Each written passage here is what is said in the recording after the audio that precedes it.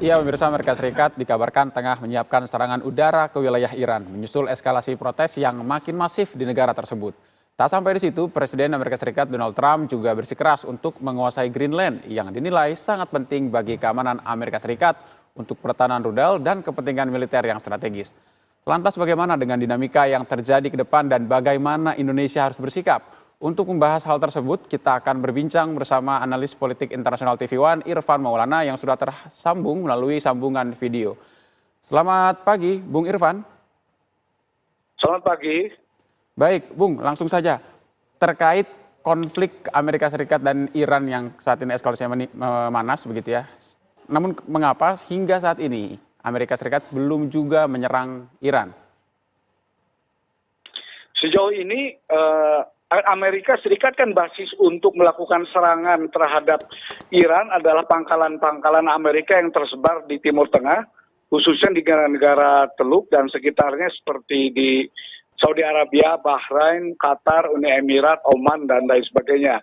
Tetapi di bawah kepemimpinan Muhtaram Mahkota Saudi Arabia Muhammad bin Salman, negara-negara Teluk dari sejak minggu lalu sudah menyatakan keberatannya dengan rencana Amerika melakukan serangan ke Iran dengan menggunakan basis pangkalan militernya di negara-negara Teluk.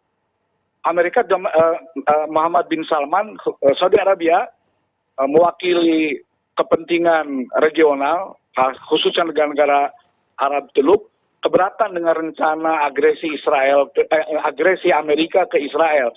Bahkan Saudi Arabia sudah menutup wilayah udaranya untuk digunakan Amerika menyerang Iran. Kepentingan negara-negara Arab, khususnya Saudi Arabia, adalah menjaga stabilitas.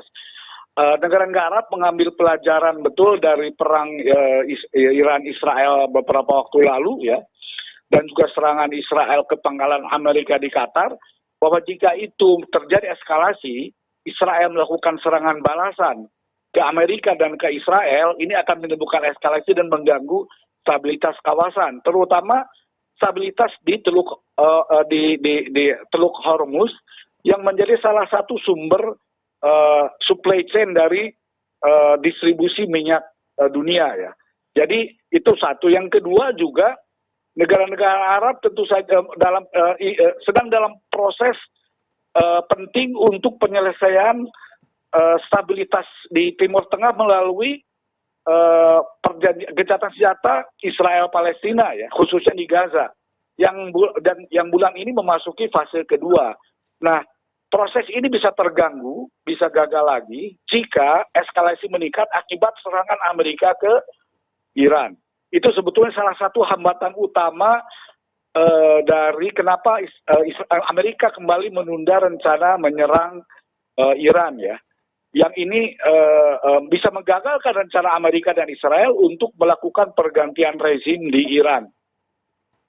Baik, Pak Irfan, kemudian sikap negara-negara Arab tadi juga salah satunya Saudi Arabia sudah membatasi penerbangan ke luar negeri, begitu ya. Lalu kemudian bagaimana kemudian jika kita membaca polanya sikap-sikap negara Arab lain, apakah akan begitu siap dengan konflik atau eskalasi konflik ini, karena memang Amerika Serikat disebut kemarin sudah menarik beberapa pasukan di beberapa negara Timur Tengah, ya, seperti di Qatar salah satunya, dan apakah kemudian ini menjadi tanda-tanda bahwa genderang perang ini sudah sangat dekat?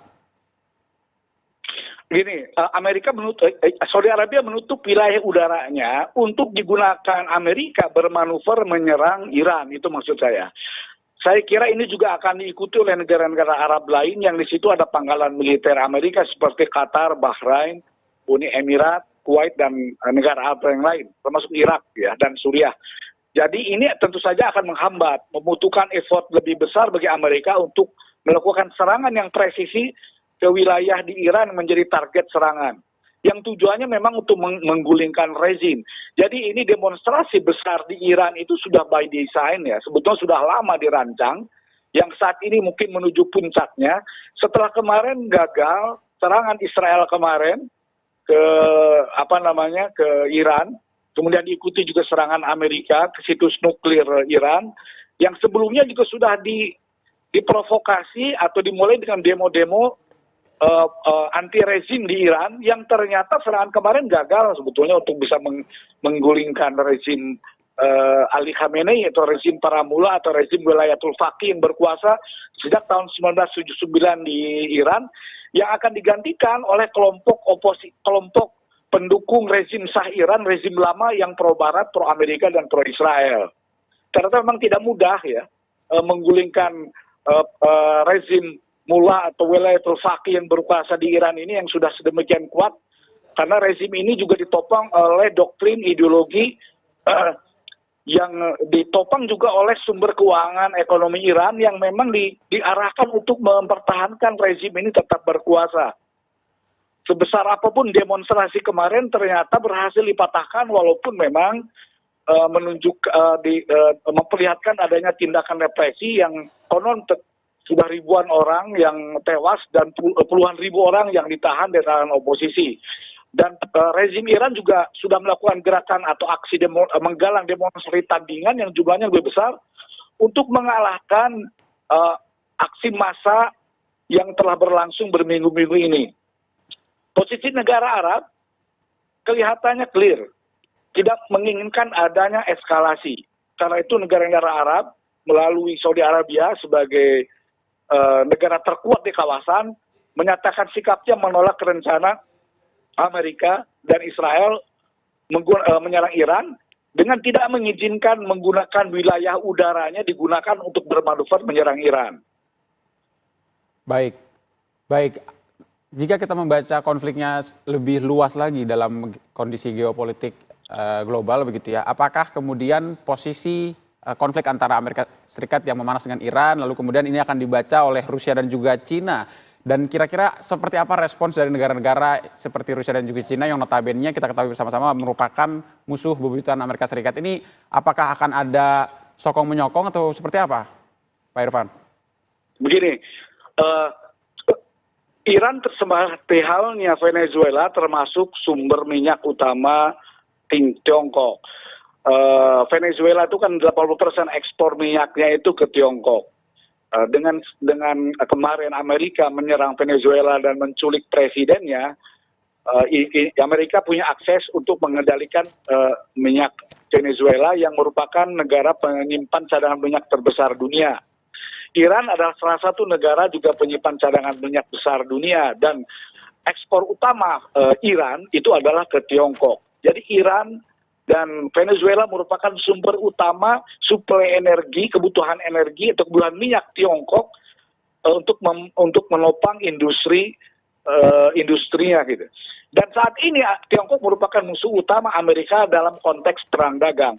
Jadi penguasaan Amerika terhadap Venezuela dan Iran otomatis bisa memotong jalur pasukan utama sumber energi Tiongkok yang dalam hal ini akan memenangkan Amerika dalam konteks perang dagang dengan Tiongkok. Tapi jangan lupa sekarang posisi Amerika di Timur Tengah tidak sesolid dulu ya. Tiongkok juga sudah punya pengaruh yang merasuk di sejumlah negara, di negara-negara Teluk. Saudi Arabia juga sekarang termasuk negara yang pengekspor minyak ke Tiongkok. Tiongkok juga punya pengaruh kerjasama industri militer dengan negara Arab lain seperti di Mesir, Uni Emirat dan negara-negara Arab lain. Sehingga sebetulnya tidak mudah bagi Amerika ya untuk bangun blok dukungan penuh terhadap agenda Amerika untuk menyerang Iran. Karena Tiongkok juga sudah punya koneksi dengan banyak negara di Teluk termasuk dengan Saudi Arabia. Bahkan Tiongkok adalah negara yang punya peran penting dalam menormalisasi hubungan antara Saudi Arabia dengan Iran. Jadi posisi Saudi Arabia dan Iran sekarang tidak lagi dalam posisi negara yang berseteru berhadapan-hadapan, berkonflik ya.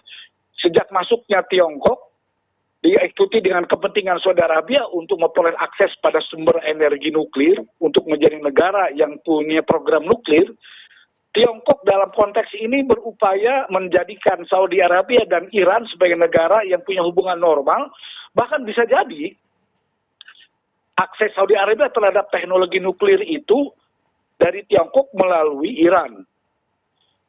Itu antara lain. Jadi posisi Amerika tidak semudah itu memang karena tidak punya dukungan basis kuat di negara-negara sekutunya sendiri. di Timur Tengah, khususnya di negara Arab, lebih khususnya di Saudi Arabia, yang dalam beberapa tahun terakhir ini sudah menormalisasi hubungan dengan Iran berkat peran dan pengaruh Tiongkok. Baik, Tiongkok di Timur Tengah lebih jauh juga punya peran dalam menormalisasi, merekonsiliasi kelompok atau faksi-faksi yang berseteru di Palestina. Baik. Bahkan beberapa waktu yang lalu beberapa menteri luar negeri negara Arab berkunjung ke Tiongkok meminta dukungan langsung dan bantuan Tiongkok untuk rekonsiliasi kelompok-kelompok yang konflik di internal faksi-faksi Palestina. Baik. Jadi penting peran Tiongkok saat ini dalam konteks geopolitik di Timur Tengah, yang dalam hal ini memang salah satu sekutu Tiongkok terpenting itu adalah Iran.